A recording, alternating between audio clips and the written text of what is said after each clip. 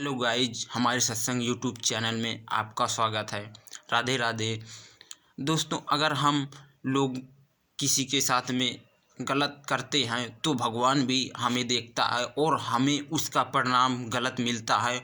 और अगर किसी के साथ में अच्छा करते हैं तो हमारे भी साथ में अच्छा होता है, क्योंकि कर्मों का फल तो हर एक व्यक्ति को मिलता है, चाहे वो गरीब हो या अमीर हो। ऐसा नहीं होता है कि कोई अमीर व्यक्ति हो और वो गलत काम करे तो उसे उसका परिणाम ना मिले, उसे अच्छा ही फल मिले। वो अगर गलत करता है तो उसे गलत फल मिलेगा, और अगर गरीब व्यक्ति भी गलत करता है तो उसे भी उसका परिणाम गलत ही मिलेगा। क्योंकि आप लोगों के साथ में जैसा करते हो तो वैसा ही आपको रिटर्न मिलेगा। किसी गांव में दो व्यक्ति थे। वो दोनों भाई भाई थे, और एक भाई गरीब था, एक भाई अमीर था। बड़ा भाई अमीर था और छोटा भाई गरीब था। उस उन भाइयों में एक दिन दोनों भाइयों में काफ़ी बहस हो गई। छोटा भाई बोलने लगा कि भैया, आजकल हम लोग किसी के साथ में अगर अच्छा करते हैं तो हमें अच्छा परिणाम मिलता है और उससे हमें शांति मिलती है और हमें धन मिलता है। तो बड़ा भाई बोलने लगा कि ये तुम उल्टा बता रहे हो। अगर हम किसी से छल कपट से धन कमाते हैं तो उससे हमें धन मिलता है और हमें सुख शांति मिलती है। तो उन दोनों भाइयों में काफ़ी बहस हो गई, और बहस होने से वो बड़ा भाई बोलने लगा कि अगर मैं गलत बोल रहा हूँ तो चलो लोगों से पूछते हैं, और अगर मेरी बात गलत निकली तो मैं मैं तुम्हारा सारी ज़मीन जायदाद ले लूँगा, और अगर मेरी बात गलत निकली तो तुम मेरी ज़मीन जायदाद सारी चीज़ ले लेना। उसका छोटा भाई बोलने लगा कि ठीक है भैया, मुझे आपकी बात मंजूर है। तो दो चार लोगों से गांव में पूछा तो गांव के लोग बोले कि हाँ, ये तो बात सही है कि आजकल भलाई का ज़माना नहीं है। किसी से आजकल ईमानदारी से तो धन ही निकाल नहीं सकते हो। तो उसका छोटा भाई हार गया, और उसका बड़ा भाई उसे उससे पूरी ज़मीन जायदाद और जो उसका घर का बंटवारा था उससे सब ले लिया। क्योंकि उन दोनों में शर्त लगी थी कि अगर मैं हार गया तो मेरी सब तुम ले लेना, और तुम हार गए तो तुम्हारी मैं ले लूँगा सारी ज़मीन जायदाद। तो उसका छोटा भाई तो पहले से ही गरीब था, और वो वो सारी सामान अपने बड़े भाई को दे दिया, क्योंकि वो बातों में हार गया। और जब बातों में हार गया तो वो और भी गरीब हो गया। उसके पास खाने के लिए कुछ नहीं बचा। उसके बीवी बच्चे सब भूखे रहने लगे, और कितने दिन तक भूखे रहें।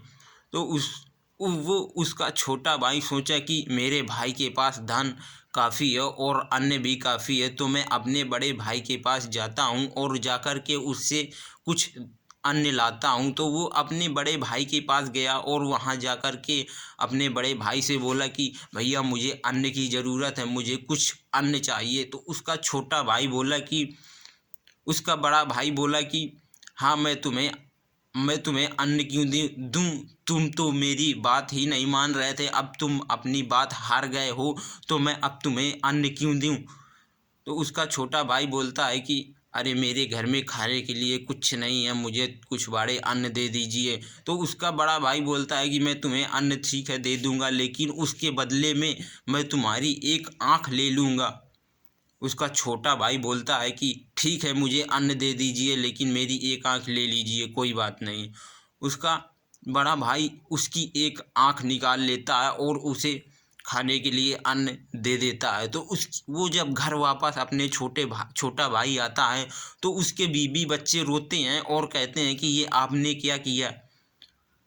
जब उसके लड़के बच्चे बीवी रोते हैं कि ये आपने क्या किया, तो वो कुछ दिन खाएं, और खा करके जब उनका फिर अन्न ख़त्म हो गया तो वो छोटा भाई फिर अपने बड़े भाई के पास गया और जाकर के फिर उससे कहा कि भैया मेरे घर में खाने के लिए कुछ नहीं है और मुझे अन्न की ज़रूरत है। उसका बड़ा भाई बोलता है कि मैं तुम्हें अन्न दे दूंगा, लेकिन मुझे दूसरी आँख भी चाहिए।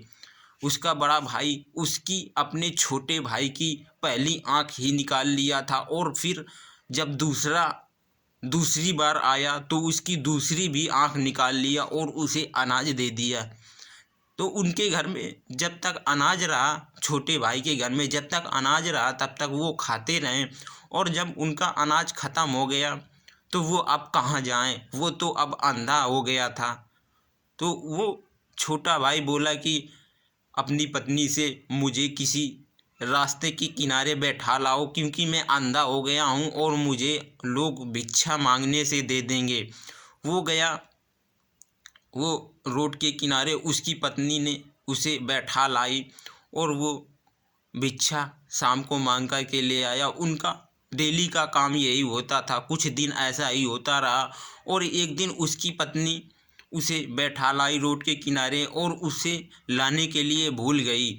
तो वो जब लाने के लिए भूल गई तो रात होने जा रही थी।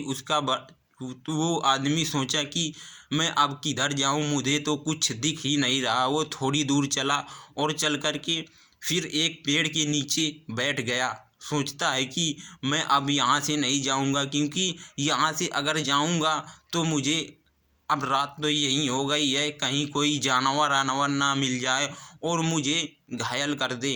वो वहीं जा कर के बैठ गया, और जब 12 बजा रात में तो एक हवा आई, और हवा के साथ में वो जिस पेड़ के नीचे बैठा था उस पेड़ में भूत रहते थे। वो भूत आपस में बात करते हैं। भूतों का सरदार बोलता है कि तुमने आज क्या किया? तो वो भूत बोलता है कि महाराज, मैंने आज गांव का सारा पानी बंद कर दिया है। जो गांव के लोग पानी पीते थे तो उसका पानी मैंने सारा बंद कर दिया है। अब गांव के लोग पानी से तड़प रहे हैं। अब गांव का पानी तभी आ सकता है जब इसे मिट्टी खोदी जाएगी, थोड़ा सा मिट्टी खोदी जाएगी, बस गांव का पानी चालू हो जाएगा। झील नदी तालाब सब में पानी आ जाएगी।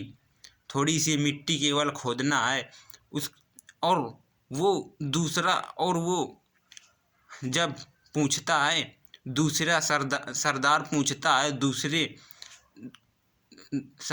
दूसरे उससे पूछता है भूत से कि तुमने क्या काम किया? तो उसने बोला कि मैंने वो काम किया है जो आज तक किसी ने नहीं किया है। जो राजा की बेटी थी उसकी आज शादी होने वाली थी, लेकिन उसे मैंने अंधी कर दिया है। उससे अब शादी कोई नहीं कर पाएगा। और रात में फिर आंधी आ गई तो वो भूत सारे चले गए। वो अंधा वहीं सुन रहा था बैठे बैठे। तो अंधे ने सोचा कि मैं राजा के यहाँ जाऊँगा और जाकर के मैं इसका इस मैं इस पेड़ का पत्ता लूँगा और पत्ता लेकर के उस राजा साहब की बेटी के आँखों में लगाऊंगा, तो उससे आँख ठीक हो जाएगी। क्योंकि ये बात भूत कर रहे थे तो उसने सुन लिया था। वो बोला कि मैं रानी के आँखों में लगाऊंगा तो आँखें उससे आ जाएंगी रानी के, और मुझे धन काफ़ी मिल जाएगा। वो गया और जाकर के रानी के आँखों में लगा दिया। राजकुमारी के आँखों में पेड़ों का पत्ता लगा दिया घिस करके, तो उसकी राजकुमारी की आंखें निकल आईं और उसे दिखने लगा। राजकुमार उससे खुश हो गया और उसे इतना सोना दिया, इतना चांदी दिया कि वो ला नहीं पाया, और उसे वहीं पर एक रुकने के लिए कमरा दे दिया, और उसका परिवार भी वहीं आ गया और वो काफ़ी खुशहाल से रहने लगा। तो राजा साहब उसे माला माल कर दिया और वो खुश हो गया, क्योंकि वो उसकी राजकुमारी की आंखें ठीक किया है, तो इसीलिए वो सही हो गया।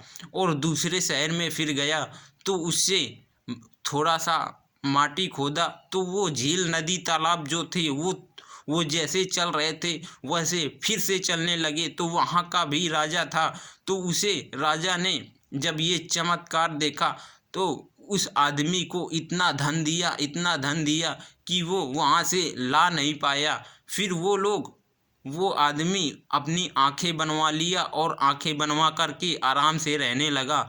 उसका बड़ा भाई आता है और बड़ा भाई देखता है कि मेरा छोटा भाई ये तो अंधा था, मैंने तो इसकी आंख निकलवा ली थी, लेकिन ये देखने लगा और ये इतना पैसा इसके पास कहाँ से आया।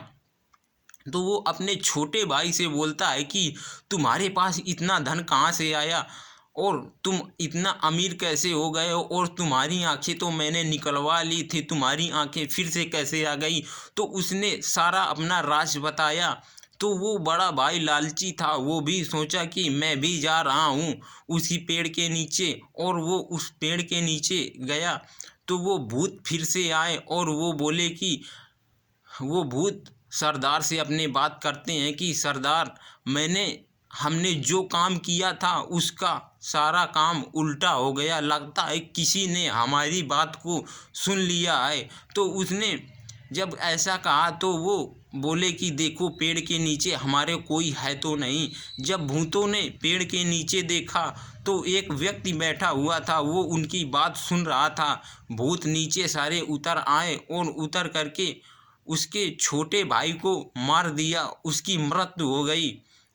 जब उसकी मृत्यु हो गई तो कहते हैं कि अगर हमारे भाग्य में जितना लिखा होगा तो वो उतना मिलेगा, और उसकी मृत्यु हो गई, वो वहीं मर गया और उसका छोटा भाई आराम से रहने लगा। वो पैसे वाला हो गया, धनवान हो गया, और लोग उसकी प्रशंसा भी करने लगे कि ये तो चमत्कार निकला, ये अंधा होकर के फिर इसके आँख आ गई और ये चमत्कार निकला। और छोटे भाई की उसकी मृत्यु हो गई क्योंकि वो लालच में था, वो लालची था। अपने जब छोटे भाई की आँख निकलवा सकता है तो फिर वो कितना लालची हो सकता है।